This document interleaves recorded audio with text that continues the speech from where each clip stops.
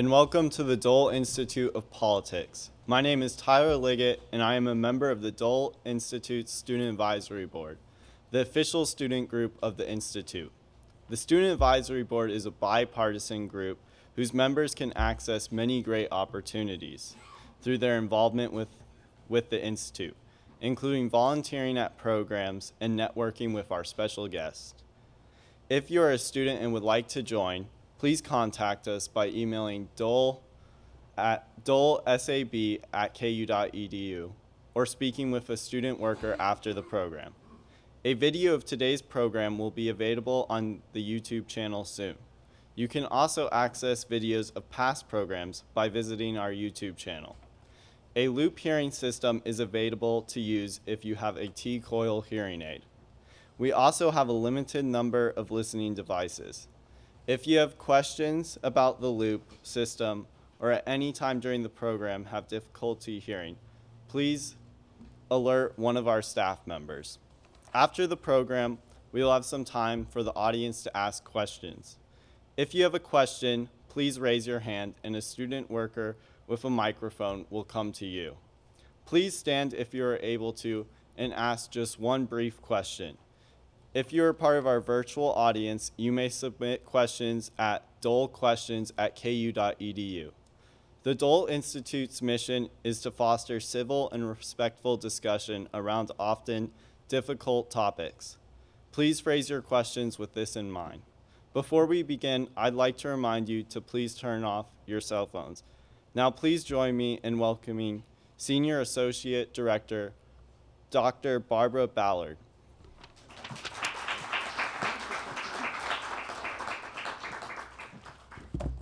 Thank you very much, Tyler. Good evening and welcome to the Dole Institute of Politics and the 2022 Dole Lecture. Before introducing tonight's guests, we would like to announce the recipients of two special Dole Institute Awards. The Robert J. Dole Service to Country Award was established by John D. Pinniger, Doug E. Smith, and Pinniger, Smith and Associates. And they provide a $1,000 award each year to a student at the University of Kansas who is an active member of the Dole Institute Student Advisory Board. This student must show commitment to public service and demonstrate leadership qualities throughout their experience with the Dole Institute Student Advisory Board and the KU community. The recipient of the 2022 Robert J. Dole Service to Country Award is Raina Peter. Would you please stand?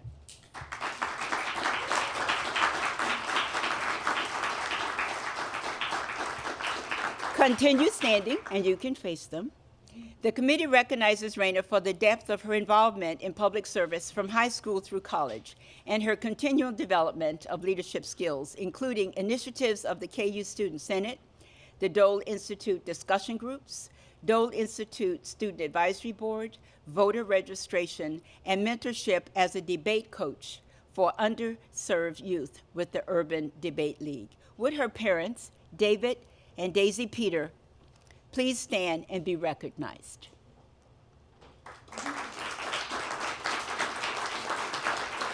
And a little more applause for Ms. Raina Peter. Thank you. The Elizabeth Dole Public Service Award was established by John D. Pinniger, Douglas E. Smith, and Kathleen M. Smith to provide a $1,000 award each year to a student at the University of Kansas who is an active member of the Dole Institute SAB. This student must demonstrate commitment to public service, civic engagement, show support, and help grow student culture, and embrace opportunities to bridge education with future goals. The recipient of the 2022 Elizabeth Dole Public Service Award is Grace Meckler.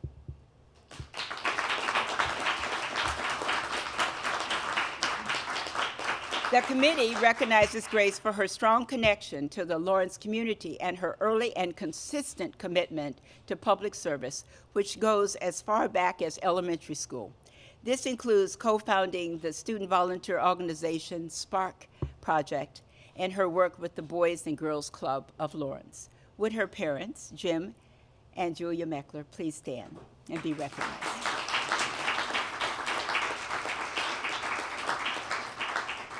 Now, could I have both of you stand, please? We say congratulations one more time. Congratulations. Thank you. Before I welcome our guests, I would like to invite you to join us on Wednesday, April the 20th at 3 p.m.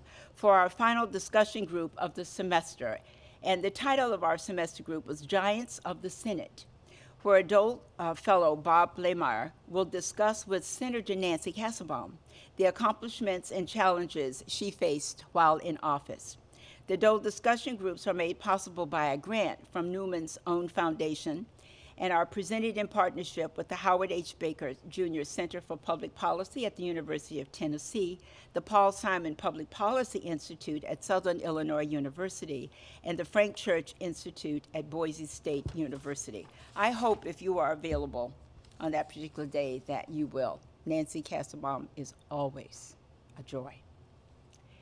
The lecture we're about to present is presented each spring and commemorates the date when Senator Bob Dole was critically wounded while serving in Italy during World War II. The lecture honors Senator Dole's courageous recovery and continuing commitment to serve the nation. Today's interview will be conducted by Dole Institute Director Audrey Coleman. This year's special guests are Walt, Riker, and Clarkson Hine. Both Walt and Clarkson served as press secretary for Senator Bob Dole during his historic time in the U.S. Senate and on the presidential campaign trail. Walt was the vice president of corporate media relations at McDonald's Corporation for more than 17 years and is now a freelance communications consultant and reporter for WIBW in Topeka. He has degrees in English and journalism from KU. He has high-level communication experience in 3 disciplines: broadcast, politics, and corporate. Clarkson is Senior Vice President for Corporate Communications and Public Affairs at Beam Suntory, a world leader in premium spirits. He leads the company's global communications, brand, public relations, and public affairs functions. A native of New York City, Clarkson is a cum laude graduate of Cornell University. It is with pleasure, and I ask all of you to please join me in welcoming Walt, Riker, and Clarkson Hine.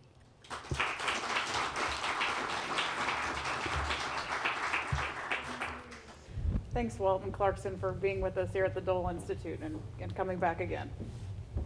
It's a high honor, and just being back here again kind of reminds me of the guy we worked for. And it's very humbling that we even had a little part of this. Yeah, and just the opportunity here has given us a chance to revisit a lot of history that we experienced together, and so we've had a lot of time, looking back on those days and what they meant, and a lot of the things that we did, and that front row seat on history that we had. This year's Dole Lecture is especially poignant as it's the first one that we mark without the senator here with us. And obviously, as his press secretaries and over the years, you know how important of a day April 14th was to him and still continues to be.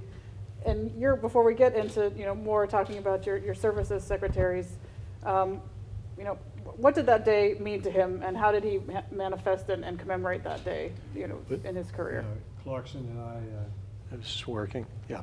Clarkson and I had the rare privilege of actually being at that battlefield with Senator Dole. And just so everybody knows, Senator Dole never talked about the war. He never talked about the day it happened, never.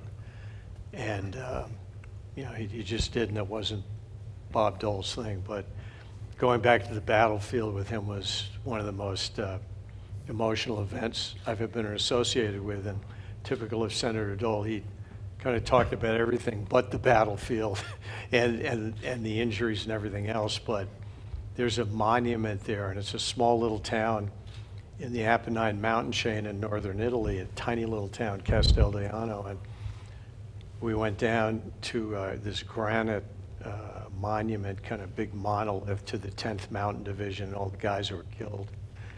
And that was really powerful. And again, he really didn't say anything, but you could read it in his eyes, that remembered well what happened on that day. Yeah. And, my experience with Senator Dole in Casteldiano was on the back end of a trip to commemorate the 50th anniversary of D-Day, and it was a large congressional delegation that went to Europe and Utah Beach and Anzio, and we went to Casteldiano, and he was welcomed as a hero by generations of Italians who grew up in this town and know him and his story and are eternally grateful for the sacrifices that he made. And we walked the battlefield with Sam Donaldson, who was a reporter for ABC, and he was doing a profile on Senator Dole for, I think, his show Primetime Live. And maybe you've got that in your archives here somewhere. It would be worth watching again. I would love to see it again, I know. But I think Walt's experience was a lot like mine. It was very emotional, and but that was the only time he really spoke about it at all, in my experience with him. Well, and looking at the papers and taking some time to prepare for our conversation, the press releases that both bear your names as contact people in 1988. I didn't proofread. I don't proofread. But it was interesting how Senator, took his own experience and then put out messaging and used it as an opportunity quite frequently to talk about initiatives for people with disabilities and talk about his commitment to legislation and policy making for that. The thing with Senator Dole is you had to earn his trust. And, when I first joined, and I'm sure Clarkson is, it was pretty daunting, and I happened to be lucky. I was the right guy at the right place. And I still can't believe, I got the job and everything. But it was very daunting because he was such a star and such a political power when I got there, and that was in 1981. And he had already been in the Congress for 20 years, and he had been on the presidential ticket in 1976, and he knew more about media than I did. And as Clarkson will attest, he was like the toughest grammatical spelling Nazi you could imagine. I mean, he was incredible. I had 2 degrees in English and journalism, but I had to go back to school with him, right? Yeah, he was a great editor, a great economizer of words. I mean, he would remove words that then are like, why did I put that in there? When you can say it in 5 words instead of 10. I learned a lot from 2 people on the Hill, Bob Dole and Walt Riker, and that made my experience a lot better. But Walt's right. Senator Dole's instincts about communications were very sophisticated and almost always right. People don't realize he taught himself to write left-handed. Try that sometime, right? And he was, in the hospital for 4 years. It wasn't like he got shot and he rehabbed and he came back, and it was 4 years. This was back in the 1940s, but he taught himself to write left-handed and pretty good, and sometimes it was difficult to read. So we'd have group sessions where we kind of, what does that mean? We would kind of figure it out. But, he would cross out and put SP over my many misspellings, or cross out a sentence, or the worst thing is you'd have a line through your draft, and at the top it'd say, "We need help." Yeah. Again, not mincing words. I was pretty good at reading his handwriting, and so a lot of people would come to me and say, "What was that? What is that word?" And then there was one experience on a document I didn't write, but it was the only time I ever saw him do this, where there was something that he didn't think was salvageable, so he just drew a line right down the middle of every page and handed it to me and said, "Give this a try." Well, let's back up a little. I want to hear Sorry. more about how both of you, how did you get into politics? What was your inspiration? what did you do to arrive before you arrived at his doorstep? I grew up in a very political family. It was like watching sports, so I kind of watched Meet the Press, when I was 10 years old, and I kind of got hit by the political bug. Fast forward, though, I actually wanted to go into sports broadcasting. And when I got to KU, I had my English degree. And then later, when I went to the J School, I kind of wanted to get into play-by-play and stuff. But politics became more and more interesting. I ended up getting the State House reporter job at WIBW Channel 13, which was, in my opinion, the #1 assignment in the state. And I was lucky enough till I jumped over a bunch of senior reporters there. They didn't like that, but I was lucky to get the job. And so I got really immersed in politics 24/7 in the legislature, and I was there for almost 3 years, and I got to know everybody, including a guy named Kim Wells, who was a very important guy in Dole's office. And so I was on TV every night reporting on politics. I had interviewed Senator Dole many, many times, and usually in the cutaway shots, I mean, you can see me laughing because of because he was so funny, you know. But he was always a great interview, and so that's kind of how it went.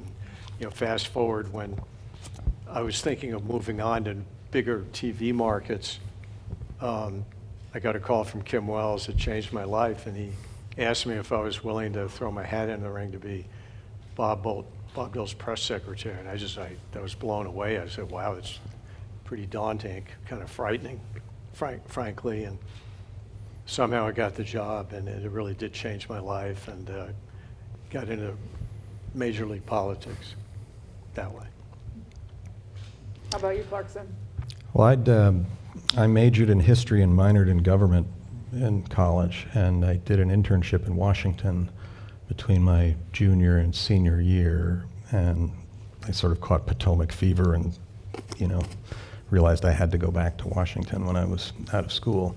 So I went down to Washington after I graduated, just pounded the pavement and got a job, entry-level job at the National Republican Senatorial Committee, which was the campaign committee for Senate Republicans. And then after the 86 election cycle, I went to work for the Senate Republican Conference, which was a leadership committee of Senate Republicans. And what the conference did was helped senators get their messages out to their home state TV and radio stations. And I had been the sports director of a radio station in college, so this really allowed me to sort of bring together broadcasting stuff and political stuff. And so I ran the radio department, and also ended up hosting some cable television call-in shows for Republican senators who did sort of, you know, before podcasts, you know, people did call-in cable shows, and you know, across a network of stations in their state. And so I did that, and that gave me exposure to basically every Senate Republican office, and position opened up in Senator Dole's office, and Walt brought me in. This is a hard one. Is it possible, I mean, if you could go back in your mind, is it possible to describe for us the typical day as a press secretary for Senator Dole? Or maybe you need to narrow it down to a specific era or something like that. Well, you know, I got really lucky, you know, because it was super, super high pressure. You can't do it alone. You have to have talented people. And I got really lucky. Two of the most important people I've ever worked with, Scott Richardson, was my deputy press secretary when I first got to the Hill. And I think Scott and I really launched Dole as far as maximizing media. And we, you know, we were 24/7 all in, and we really expanded the reach of Dole and pushed them to do even more and more media. I think one of the reasons I did get the job is because I was in broadcasting. And then I got really lucky here, so I got two steals. Scott and Clarkson together, we had this tremendous media synergy and kind of creative energy working together. Yeah. And but you know, one day could be like this, and both of these guys lived through it with me, but Dole would be asked to do the Today Show in the morning, which meant we had to get up at about 5:30 to commute into the NBC studios, get there at 6:30 in the morning. Dole would come in and to do the Today Show, you know. Okay, and you walk out at 7:30 in the morning. Okay, and the day's still young, he might go downtown and do a speech to the big Chamber of Commerce or some association with 15,000 people and just knock it out of the park. Go up to the Capitol Hill. The Senate opens up. He's on the floor of the Senate in big debates. May go to a committee hearing. Then for lunch downtown, he may do 2 speeches to 2 different groups. Back to the Hill, work all day. Then you get into the evening, do maybe a press conference or an evening show. Yeah. And then literally much later, ending doing Nightline at 10 and 10:30 at night. So we started at 6 a.m., ended up ending the day at about 10:30 at night. Scott and both of these guys lived through that. I mean, you got to be, you really got to want it to keep that up. And also when he's leading the Senate, he's the first guy there and the last guy to leave. And, he's the hardest working guy in the Senate when we were there. And, the days were long. You ask what a typical day is, they sort of ran into each other because it is 24/7. But, and you didn't go home before he did. Walt talked about a continuum across a day, and if you look across a year, in 1994, we did, you talk about shows like Meet the Press and Face the Nation, and what at the time was Brinkley. We did 36 weekend shows in a 52-week year.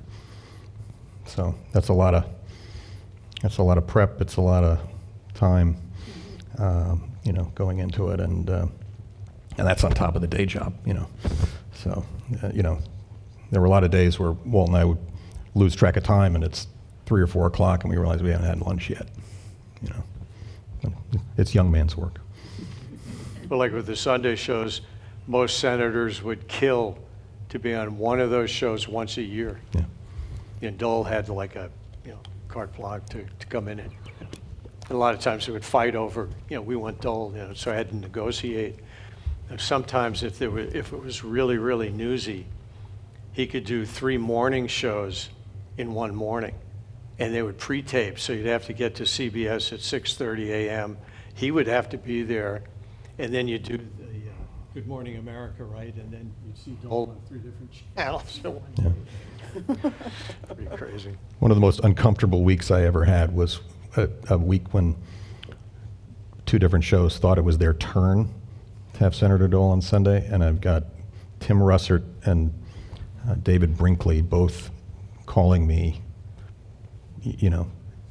and not in a very pleasant way, because they think it's their turn, and I have to sort of negotiate and navigate this. It was one of those times, but to Walt's point, he was in tremendous demand, and sometimes you just doubled up and tripled up if you had to. Clarkson, you worked as on the 96 campaign. Did everything that you did working for him as Republican leader, did that set the stage for the pace of the campaign trail, or was there any difference in your role or Yeah, I mean, by the time I joined the campaign, the campaign was already sort of up and running, and I stayed with Senator Dole until the day he walked out of the Senate. So I joined the campaign as Deputy Communications Director, and I spent a lot of my time on sort of the profile media stuff about Senator Dole because, I had a lot of history with him, telling his story and his narrative. So I traveled about a third of the time. But the pace of a campaign is obviously frenetic, and I think everybody should do at least one campaign in their life just for the experience. Be nice to win one, but it was. But also the sort of emotions of a campaign are such that you never let yourself think you're not gonna win. You just have to be all in, and you have to believe that you can win, or you're not in the right place. I just add to that Dole had Olympian stamina. He was a ferocious political athlete, if you will. I mean, he went 24/7. he walked really fast with super long strides, and you had to, if you didn't keep up, he wasn't looking for you. No. He might be talking to you, though, whether you were there or not. That's right. But, I mean, he never had any downtime. Believe me, he never had any downtime. It was unbelievable. He'd be in the well of the Senate late into the night doing interviews. And then, like Scott and I would come in on Saturday morning before he became majority leader. And we would work Saturday morning from like 9 to 1 o'clock in the afternoon Saturday. But it was smart because, you know, no one else was doing it. So we did media interviews, we put out releases, he brought people in for meetings or whatever it was. And then wouldn't you know, on Sunday I was getting dressed up not to go to church, but to go to the David Brinkley show. So I was really working 7 days a week, you know, but Dole worked harder than anybody else I've ever seen. His stamina was unbelievable.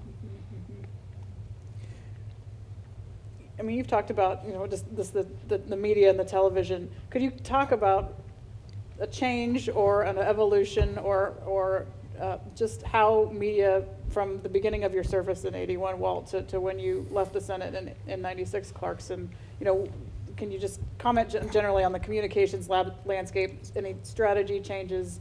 What did you contribute in terms of strategy, and how did you, you know, see the future, so to speak? Yeah, when Scott and I started with Dole in 81 and such, I mean, there was no internet, there wasn't email, there was, you know, cell phones, and we had fax machine and telephones and directories, dog-eared directories. And so it was really old school, and so it was kind of harder work because you really had to kind of grind it out, and you know, we had fax machines that went, you know, took 10 minutes for one page to go through a fax machine. You know, and we were talking about this.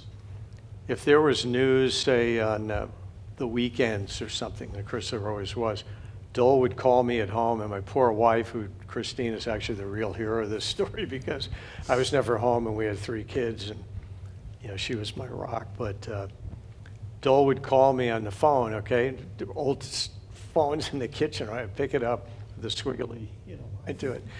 I think we want to put something out about Howard Baker, you know. It's like, okay, or whatever it was. And, so he'd kind of give me a rough outline of what he talked about. You know, Clarkson could pick up the story for sure. But so I'd get it, and then I'd kind of fix it up, and I'd put my own spin on it. Then I had to call him back, right, because he was at home.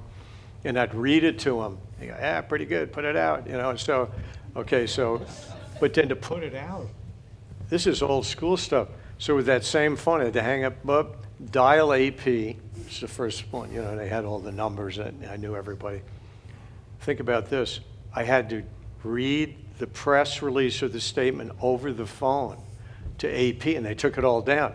Hang up, pick it up again, call UPI, you know, or Reuters, do the same thing, read it to them, and they would copy it down and put it out. New York Times, bump, I had to go down the whole list. Think about it. I mean, Yeah. Well, then during the week, if we're in the Senate, you have a gallery of reporters whose beat is the Senate, and you would take a statement, hard copies of a statement, and walk it to them and hand it individually to each reporter, or leave them at the front, and they would distribute them within the gallery, and then you would go and fax it to everybody else. But you know, I think one of the other trends is, you know, not necessarily a lack of technology trend, but how technology's changed. I mean, there was no social media, and now people use social media to basically, you know, work around the traditional media and get messages out. That's how we used television, and you know, that was our way to get our message out, tell our story, you know, on shows like Larry King, where Dole could engage in an extended interview and deliver messages, or the Sunday shows, or on programs like the Tonight Show with Jay Leno or Late Night with David Letterman, where, you know, Dole had a new and different kind of forum where he could you know, deliver messages, you know, develop his, you know, brand and you know, communicate with different audiences that you know, aren't reading the Washington Post and the New York Times, but you know, you get a different you know, consumer of information who's watching late night talk shows. And you know, there was a radio show, Imus in the Morning, that was you know, we basically made it safe for politicians to go on that show, and you know, that became a very hot outlet for members of Congress and, you know, even, you know, and presidential candidates and others to get their messages out. I would say the biggest change was, believe it or not, the U.S. Senate had never been seen or heard by anybody in America unless you were actually inside the Senate chamber. So there was no photography allowed, no television, no radio, no nothing. And they used to, like the newspapers up until in the 1980s, had to hire sketch artists to sketch like a big debate over Watergate or the Vietnam War or whatever it was, and that would be on TV. Well, the movement started with Howard Baker to get TV in the Senate, and Dole was a proponent right off the bat because he had the vision that someday the U.S. Senate is going to be a TV studio, and that's what happened. And so Dole picked up the baton and he became the cheerleader for TV in the Senate. And sure enough, the glide path was such that in 1986, when Dole was majority leader, all of a sudden TV was, the initial day, I'll never forget it, it was a huge event, celebration, and all the TV networks, and had a big reception, and you know, sure enough, there it was. And so you know, Clarkson and I used to talk about this all the time, you know, talking about getting on CNN. We would think something up, and we had great creative energy between us, and maybe there was some funny line in it. Show it to Dole, and he usually went with it. Right, Yeah. then what happened? Then it came out of the TV in the same room where we wrote it, and it's like, wow, this is cool. We write it here, and it comes out of the TV there. And then we had we always had 3 TVs in front of our desk with the 3 networks at CNN. And sure enough, Like you said, you see it from the Senate and the Senate monitor, and like 20 minutes later, it'd be on CNN on Yeah. the monitor. They were watching them. It was unbelievable.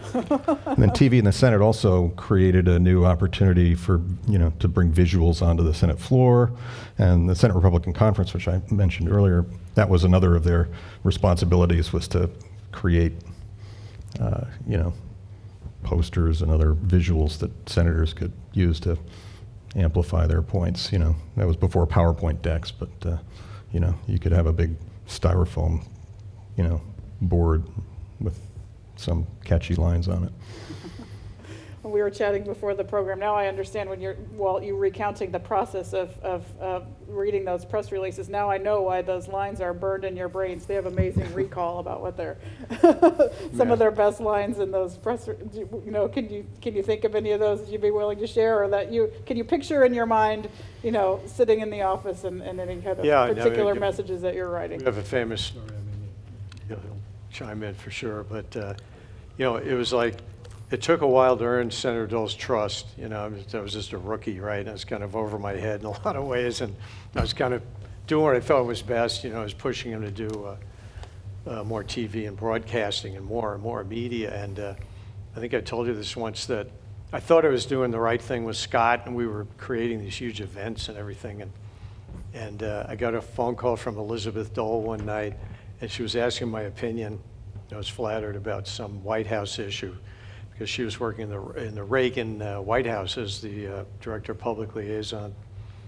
And she asked me one thing, but then she confided me, and she said, I just wanted to let you know that I talked to Bob, and he said he really appreciates the fact that you're pushing him, you know, and that was like, wow, you know, and so we got validation that we were, you know, doing the right thing. But once you earned Senator Dole's trust, then you went, okay, we can be more creative, you know, and more creative. And then we had the full confidence. Then we could really go out on a limb and put in some zinger lines and some crazy rhetoric and really good stuff that we came up with. And probably the best example was after Bill Clinton was elected in 1992, we came in the day after he was elected, and of course this was in the ashes of defeat because they'd taken over the Congress. Clinton was elected, and so Clarkson and I Dole asked us to write something about this stunning election, and the sitting president, George Bush, was gone all of a sudden, and so we thought about it, and I kept looking at my blank computer screen, and I'm thinking, boy, what am I going to say? And then it kind of hit me that if you added up all the percentages, Ross Perot was in the race. It was a three-way race, right? Bush, Clinton, and Perot. And it turned out, maybe I'm a little wrong, but it was 57% of the American people didn't vote for Clinton. So I thought that's my lead. Sure, he won, but let's keep in mind that 57% didn't vote for Clinton, and I'm going to represent that 57%, basically whether Clinton likes it or not. So, And then Clarkson will come in with the home run, but I was writing the rhetoric and I had some punchy stuff in there. And I thought, well, wait a minute, there's got to be a line here. So I thought, I have good news and bad news for Bill Clinton. The good news is he's going to get a honeymoon on the Hill, but I couldn't think of what the punchline was. Of course, I turned here. Yeah. The bad news for him is Bob Dole's going to be his chaperone. And there's an editorial cartoon over here in one of the displays that picked up on that. We finished and we took it to Dole, and he went with it. And like you said, 10 minutes later, it was on the Senate floor, and this was really dramatic stuff because everybody was looking at the Republican leader. What is he going to say about Clinton? And the usual rhetoric would be, oh, we're going to work with him, and I look forward to all my Democrat colleagues, and we had some of that in there. But then when he delivered the line, the whole world all of a sudden shifted. we got flooded with calls. It was like a monster hit, and it was like, and then we got calls from just constituents, angry Democrats. How dare you say that? And you put Bill Clinton's the president, and blah blah blah. But it was a grand slam home run.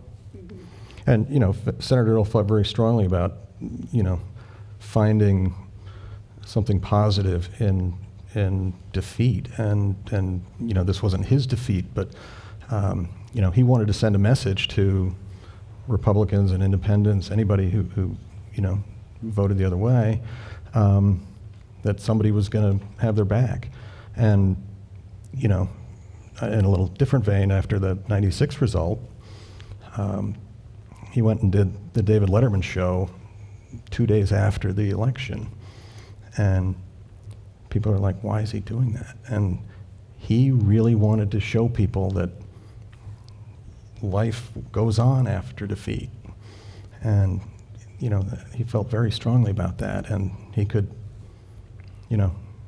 hold his head high and look forward and not look back. I'm glad we kind of got into this part with the rhetoric and the zingers, always civil, always. Senator Dole was known for the barbs and the jabs, but yet that didn't preclude him. He didn't live by those. He went back to work and made deals and compromised with people across the other side of the aisle. He definitely did that. He was a master at it, but sometimes it obscures, I think, the kind of daily battle that went on. I mean, he was the Republican leader, right? And he was the voice of the party in, defeat or victory, whatever. And so it wasn't like he came up to Capitol Hill and he sat back, all right, start horse trading, all this stuff. No, the majority of his time, he was standing tall for, conservative Republican American values, big time. And he fought like a Hall of Fame team of liberals, every day on the Senate. And, they had a right to their beliefs, but we had a right to our beliefs. And he stood tall. Most of his time was beating back very bad legislation, in our opinion. Bigger government, bigger taxes, bigger programs, spending, bureaucracy. I remember one time he told me, he said, you could take away 2 buildings in Washington, D.C. in the middle of the night.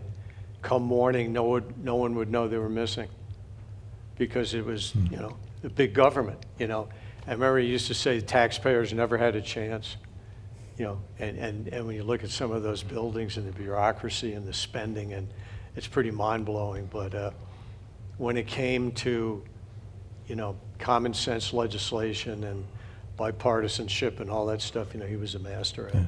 And what made that possible, I think, was that, you know, he never burned bridges with, you know, the Senate Democrats, because, you know, he always knew that there might be opportunities when he need them. And if you know, if someone, you know, was motivated by, you know, their values, you know, he respected that. I mean, he and Ted Kennedy got along very well. They didn't agree on, you know, a lot of issues, but they respected each other because they could trust each other and their word was good. And if your word was your bond, you know, you could do business with Senator Dole.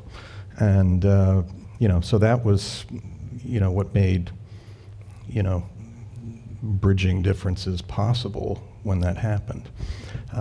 And, you know, it was the same in his own party when, you know, sometimes somebody wasn't there on you know, wasn't with you on a vote, but, you know, Senator Dole always knew, you know, I'm going to need him next time. So, you know, I'm going to, you know, I'll let him or her, you know, vote their conscience on this one. You know, and there were many, many issues that transcended partisan politics. For example, every state in America is an agriculture state. So upstate New York is a phenomenal agriculture state. You know, you name any state and it is, but that you know, they're not Republican and Democrat senators. I mean, farmers. You know, they're farmers, and they need help, say with drought or, you know, disasters or whatever it was. And so, you know, he was really the voice of American agriculture to boot to everything else that he was, even though he wasn't on the agriculture committee. But he knew those programs backwards and forwards. It's mind-boggling, all this arcane farm program stuff. And we'd go on tours all over farm states, and farmers would be there asking him questions, and he could tell them about, you know, crop prices and all, you know, all the rest. I mean, it was incredible. That's one issue. Again, there are a lot of them that, you know, there's, you know, people in different states represent some small business, for example. There's in every state too. It doesn't mean it's. And we worked agriculture media into our mix. That's right. You both have stories about international travel with Senator Dole. Would you tell us, each one of you pick one and expound on that? Well, when I got to Capitol Hill, I think I'd been to Mexico maybe, and that was about it. But I ended up going to 58 countries with Senator Dole, and what an experience, you know. And you talk about getting an education, and Senator Dole was very underrated in foreign policy. He was really good at it. He had great vision, understanding, he had good ideas about it. He was very comfortable meeting people. I just run a quick checklist. You know, we met with the Pope John Paul, a great hero, helped bring the Soviet Union down. Deng Xiaoping in China, and Saddam Hussein in Iraq.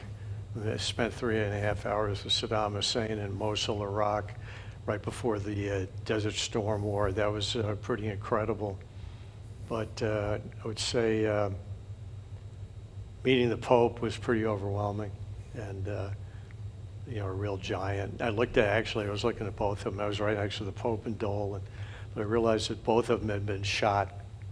Both of them had been shot defending liberty and freedom. So that was pretty powerful. Yeah, I would say that that trip for the 50th anniversary of D-Day, and you know, this was an event that brought world leaders together, and you know, many members of the U.S. Senate. But obviously, we know Senator Dole's, you know, connection to the war, and then, you know, also associated with that trip, apart from the trip to Casteldiano, is Senator Dole, Senator Biden, and Senator John Warner of Virginia. We went to Sarajevo at the time of the war in Bosnia, and we went in a C-130 military aircraft. We had to wear body armor on the plane and on the airport, and it was still a war zone. And we went and met with the president of Bosnia in his office, and it had bullet holes in the walls. And then, never to let an opportunity go by, we also did Face the Nation from Sniper Alley. And there was some gunfire in the distance, but being in a situation like that is pretty memorable. We always tried to mix in, of course, media on these trips. I know Clarkson did some of this for sure. Whenever possible, we would do a Sunday talk show from overseas. So I remember doing one from Moscow, one from Rome, one from Jerusalem, and they were really hard to set up because you had to work with the local people, go to studios and coordinate with all the networks back home. But again, the reason was because Dole was in demand. It wasn't just because he was Dole, but he was in demand because he had something to say. He was a power, a force. He was great on the issues. He was great with rhetoric. He always had a vision of solving some of these crises overseas, whatever it was. He wasn't just talking. He was also doing, and he wasn't afraid to get into really tough situations. Whether it was I remember I went to, said that was in Serbia with Senator Dole, Croatia and Serbia, and of course they were enemies for thousands and thousands of years. It's still going on, and they hate each other and all of that stuff. And we went down to Kosovo in Serbia. And while it was in Serbia, it's an Albanian majority. But yet the Serbs had a police state in force such that the Albanian majority really didn't have any rights. And Dole was pushing against that really hard. And we got there, and there were tanks in the streets, armed guards everywhere just to keep the population locked down. And I'll never forget this, that people found out that Dole was coming. Dole was coming, like this hero. And we drove in from the airport, it was probably 20 miles, and the Albanian, I'll never forget this, the Albanian farmers and their families ran to the roads as we went by in the bus, and they're all going like this, and thanking and waving at them. And it's because they had a burst of freedom they'd never tasted before. And Dole was really tough on the Serbs. And while Dole was there was a full-scale riot in Kosovo. Thousands of people took to the streets because Dole was there. And I saw people getting water cannoned and beaten, and it was an incredible thing to see. And while we were in meeting with the Albanians, there were tanks outside, surrounding the building. It was quite something. You both facilitated a historic visit to Kansas from Boris Yeltsin in 1992. Can you tell us about that? Go ahead. Yeah, Senator Dole had an extraordinary relationship with Yeltsin because he had welcomed him to Washington early on in Yeltsin's rise, and before that visit, we had a monster photo op in our office in the Capitol where we, Walt and I were, we had to come up with some sort of visual for this photo op to work well, and so we got him a Western hat from Shepler's in Wichita and a belt with his name etched in it, and we didn't know what his waist size was, but we thought he was pretty big, so we said, "What's the biggest one you got?" And it was like 54. So, well, it turns out he's not that big. So Yeltsin rescued the moment, though, by taking the belt and putting it around both of them, which was pretty good. And he loved the hat. There's a monster press event. We had all the photographers and cameras there. But then we brought him to Wichita, and he went to a Hormel meatpacking plant, a family farm, and what else did he do? He spoke at Wichita State, yeah. And it was quite a moment, and obviously generated a lot of media attention here. But he also saw things that he thought were really relevant. I mean, he said, at the meatpacking plant, if I had 10 of these, things would be much better in my country. He loved going to the family farm, and he drove the combine, and I'd never seen a happier guy. But I don't know, you must have some insights too on that one. So we met him and originally met Yeltsin in Moscow in the Kremlin. And it's funny because Gorbachev at that point was kind of yesterday's news. And this I thought, check 1, 2. At that point, we were in the Kremlin, which was a pretty mind-blowing experience. And but at that time, Gorbachev was fading, and the people had turned on him in his yesterday's news, and his kind of day in the sun had passed. And Yeltsin was the new guy in the Kremlin. And I remember we met with Gorbachev, and it was almost sad because he knew he was done, and Yeltsin had taken over. But I was really taken with Yeltsin because he was kind of like a Kansan, frankly. He grew up on a farm, and he was a very down-to-earth guy. It was such a contrast with Gorbachev. But he and Dole hit it off. And that's really how it started. But yeah.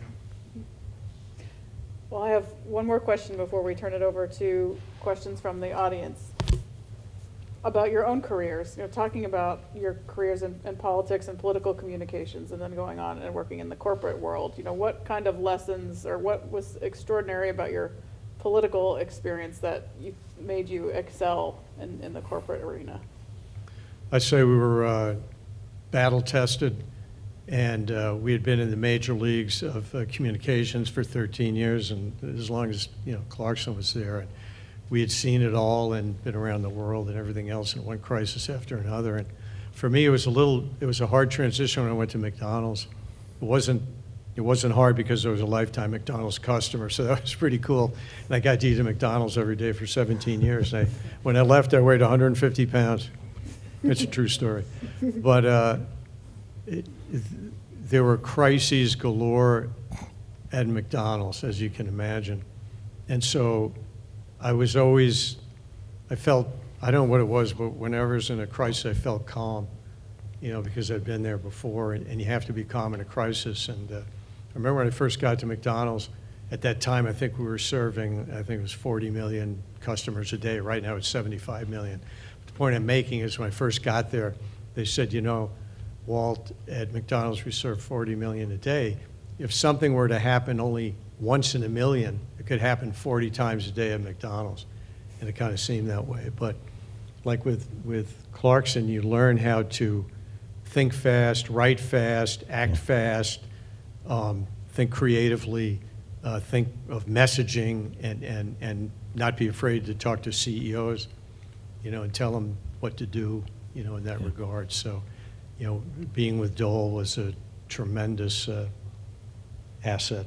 Yeah, I completely agree. I mean, the pace is really unrivaled, and being able to write fast, think fast, be quick on your feet. Almost nothing in the corporate world will move faster than the stuff we did with Senator Dole. So you have an opportunity to be way ahead, and that's served me well. Very good. Thank you so much. All right, folks. Audience questions. It's your turn now. Don't be shy. Come on, Scott. Here we have one right here. Thank you for being here both tonight. My question has to do with political communication and partisanship. I was wondering, while crafting political messaging, when you were working for Senator Dole, how you kind of balanced hitting home on key partisan issues and key issues for the Republican Party while also not burning down bridges for cooperation with other senators, especially on the other side of the aisle. I think you can have, sharp and colorful rhetoric, but as long as you're not personal, you can walk that line.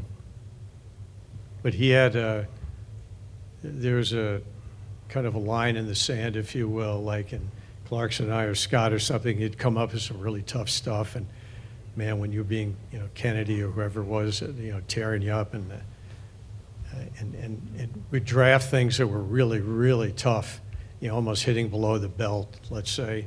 Nothing wrong with that, but he wouldn't go there. He would never go there, no matter how, you know, much stuff or it was even warranted to match what was coming in. He never crossed that line. Tough to do, too. But. I liked your discussion about how television came to the Senate. And it seemed back then, maybe there was a lot of strategic messaging, but it was civil. But today, it seems like we have just the extreme of political theater, you know, going on in the Senate and television. Can you react to that? I think that's the yin and yang of having the Senate on TV, because sure, it was a great asset to the American people to finally see the senator and their senators in action. But then you had the camera hogs, you know, and the showboaters, and you certainly saw that. Well, one of Senator Dole's great lines, and Senator Schumer has repeated this affectionately, but Senator Dole once said that the most dangerous place in Washington was between Chuck Schumer and a television camera. Still is. And Senator Schumer has embraced this line, and he freely admits it's quite true. But it has gotten a lot worse. And what's sad to see is a lot of the longtime Senate rules have been just completely ignored anymore. You know, even votes and requirements, and you know, for affirmation of judges or whatever it might be, is all different now. And the colloquy and all of that it's much different. But back in the '90s, there were senators who played to the cameras too. No, I mean, no it's question.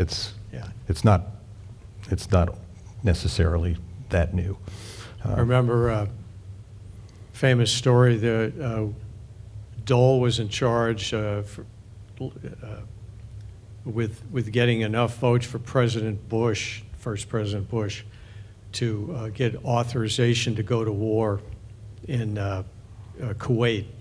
And Saddam Hussein was building up his big army and was about to invade and all of that stuff. And it was up to Dole, you know, to get the votes.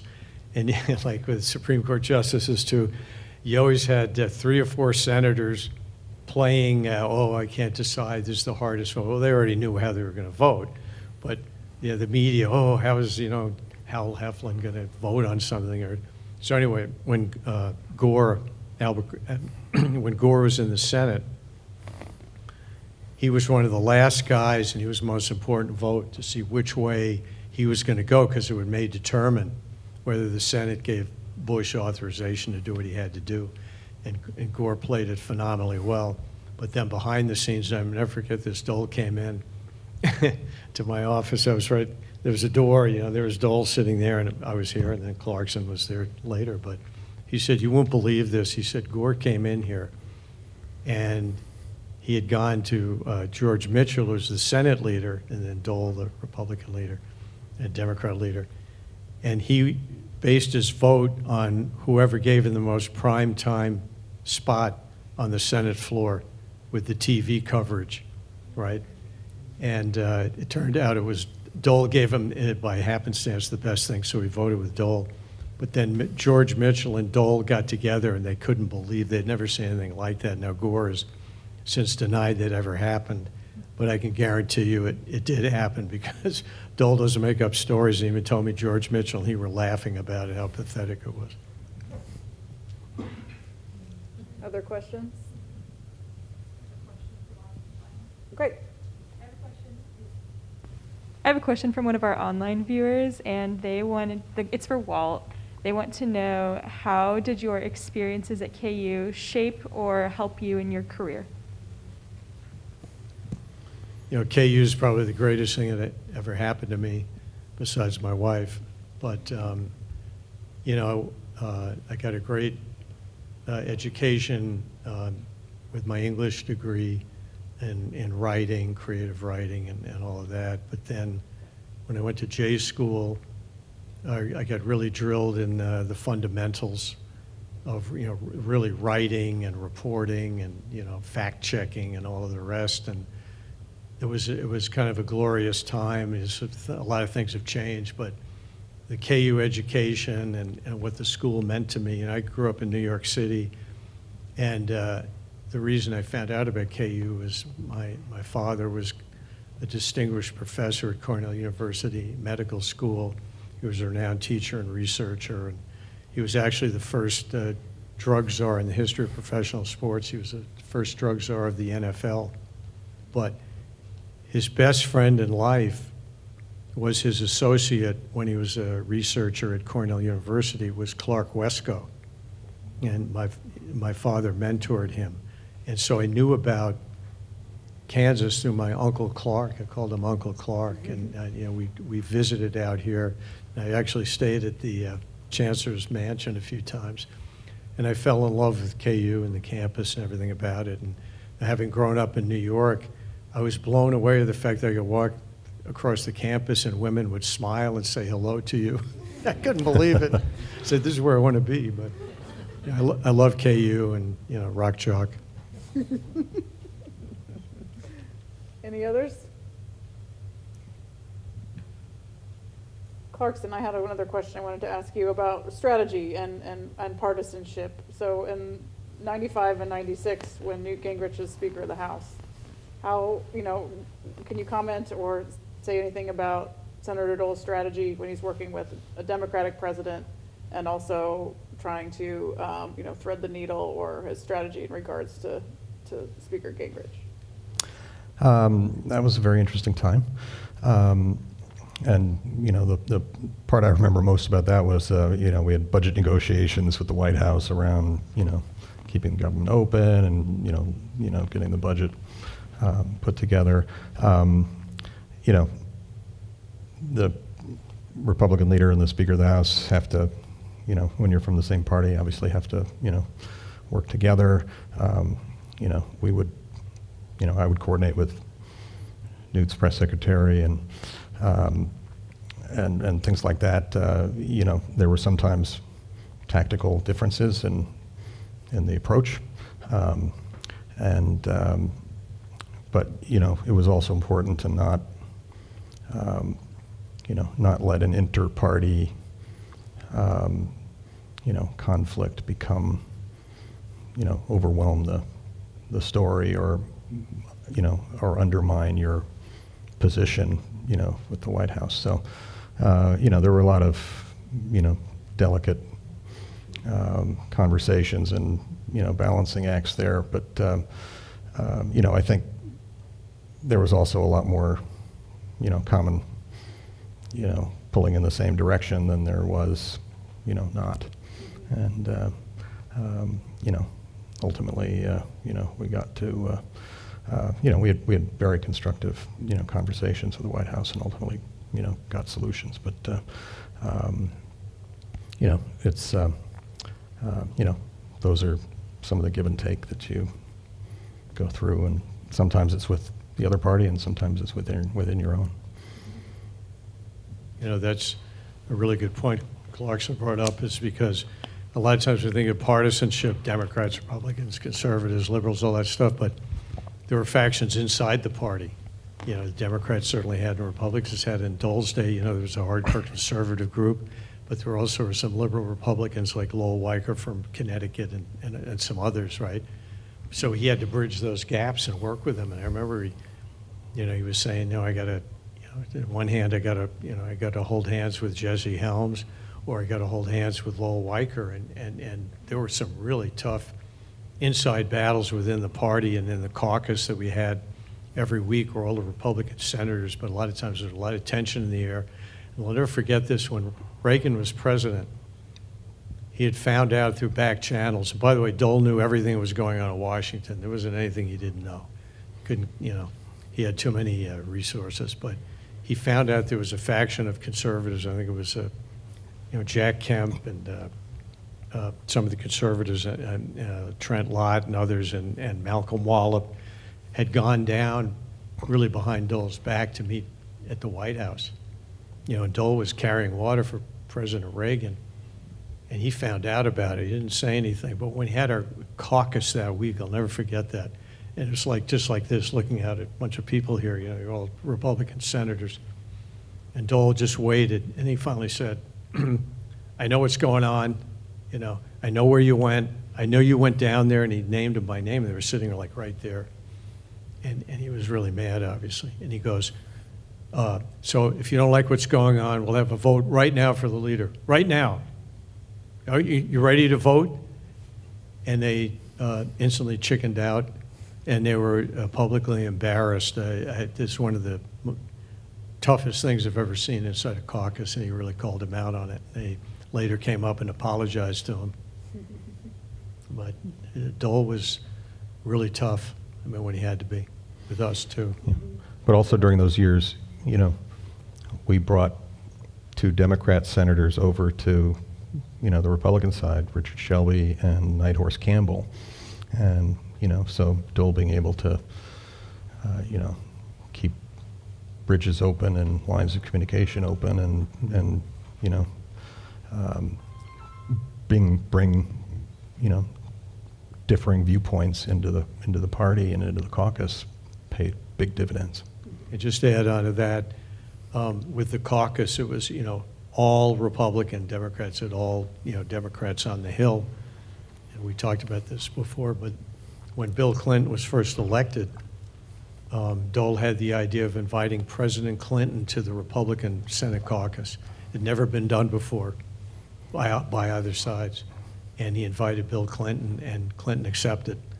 And this is when Bill Clinton was, you know, just like a hot and fresh, and, you know, man, he was the guy, and he had shaken up Washington. And Senator Clarkson was with me at the time. And we had to invent kind of clever gimmicks and, I don't know, props. Yeah, we didn't give him a belt. For visiting presidents or cabinet members or dignitaries and all that stuff. And for instance, with Reagan and Bush, like, would have a giant veto pen, you know, it'd be about this big, a Visa card, except it was a veto card, and, you know, other gimmicks. And so Dole asked us to come up with something for Clinton's visit. And we're kicking it around, and, you know, Clarkson and I usually could come up with stuff, and I was really stumped, and I just couldn't think of anything. And finally, Clarkson came up with it. What was it? Let's feed him McDonald's. You know, because Clinton, while he was campaigning, made a big deal of, oh, I'm just a regular guy. I love eating fast food. Yeah, I eat at McDonald's all the time. Not sure if that was true, but anyway, it sounded good. And so I had friends at McDonald's because they had offered me a job twice, and I had turned them down. I stayed with Dole, and anyway, so I knew the people at McDonald's, but we had to sell the idea to Dole. So we went in and we said, well, Senator, we've come up with it. He goes, well, what is it? And we said, we're going to serve him a McDonald's meal. And he didn't buy it right off the bat. You know, he didn't get it. And he told me, he said, well, I think it's insulting to the president. And I said, you know, I don't see it that way. I think it'll play real well, but he still didn't buy it. And then he came into our office one time and he says, come on out here. I want you to talk to 2 senators, Senator Domenici and Senator Nichols. He focus grouped it. Yeah, it was it was a focus group. And he asked us to sell it to those guys. And if they bought into it, then he thought, okay, I'll go with it. And sure enough, we're good salesmen. And he bought into it. So I called my friends at McDonald's and I said, hey, guess who's coming to dinner? And so they got, Clinton was coming up. So we set up the dining room tables, and we had the McDonald's value meal at every table. So it was a Coke, fries, and a Big Mac on all of the tables, you know. And we had told Clinton what was going on. He totally got it. He's a communications genius, you know. And so what happened in these things, Clarkson and I would have the entire Washington press corps outside at our beck and call. You know, if we said they have to stay over there, they couldn't move. You know, they'd have to stay right there. So we have all the photographers, the print reporters, all of the TV cameras, every network you could imagine, and it was packed to the hilt. And then, but we didn't tell them what was going on. And I said, okay, let them in. Now, this was when Clinton was there, Gore was there, all the Republican senators, Dole was there. And we opened the doors, and the photographers rushed in, and everybody started you know, it was pandemonium. Their heads exploded. It was, Yeah, they're like- but, And Clinton, with his genius, picked up the most iconic box in the history of mankind. It was the fry box, the McDonald's fry box. And in his genius, he just picked it up, and they gave me McDonald's, you know. And it led every network yeah, news. it was a grand slam. Grand Slam, the greatest hit. That probably was our greatest hit, come to think of it. The contemporary equivalent of going viral, right? Yeah, no, that's right. Yeah, it would have trended if that was a thing. All right, last opportunity for questions out there. Yeah, back there. And then we'll wrap up. Thank you. With Senator McCain, he would travel with Senator Lieberman and I think with Senator Graham. Did Senator Dole have a group of people that other senators that he traveled with regularly when you were going your 56 countries? Yeah, he mixed it up, you know, depending on maybe the issues, you know, if it's trade with, you know, China or something. But we had it. We also had some Democrats too. Yeah, When we went to the Middle East, we had Howard Metzenbaum, you know, a Jewish senator from Ohio, and he went along, and man, that was really a powerful experience in Jerusalem and meeting with, you know, Muslims, Arabs, Jews. It was mind-boggling, and to listen to Howard Metzenbaum talk about some of the terrorist activities and meeting with the Muslim groups, boy, it was really powerful. yeah, same experience. I mean, you know, he would mix it up. You know, that Codell to the D-Day anniversary. You know, he and Senator Mitchell, I think, put that together. It was a bipartisan group of about 30 senators, and so it was everybody from, you know, Dole and, you know, McCain to, you know, John Glenn, and you know, it was an all-star cast of Democrats and Republicans that went to that one. So, you know, it wasn't like the same family vacation every year, and it was hardly a vacation, but it was, yeah, it was definitely a mixed group every time. Well, thank you, Walt. Thank you, Clarkson, so much for being with us this evening. It's been a special night. We're so grateful to have you with us out here in Lawrence. I really appreciate it, especially to be my alma mater. It means the world to me, and to be in this place is, like I said, really humbling. I remember when Clarkson and I were at the dedication, I told Senator Dole, I said, you know, if I was responsible for one brick in this building, you know, it would be something that, you know, I'd take to my grave, you know. And thank you for the opportunity, Audrey. It's great to be back. I said I wouldn't come back and again until KU won the national championship, so We had to deliver. so had to come. All right. Thank you all for joining us this evening. Be sure and come back next Wednesday afternoon at 3 o'clock, and we'll have Senator Kassebaum here if you're able. If not, you can catch it online either at the time or later on our YouTube channel. So keep following the Dole Institute, and we'll see you next time. Thank you. Thank you.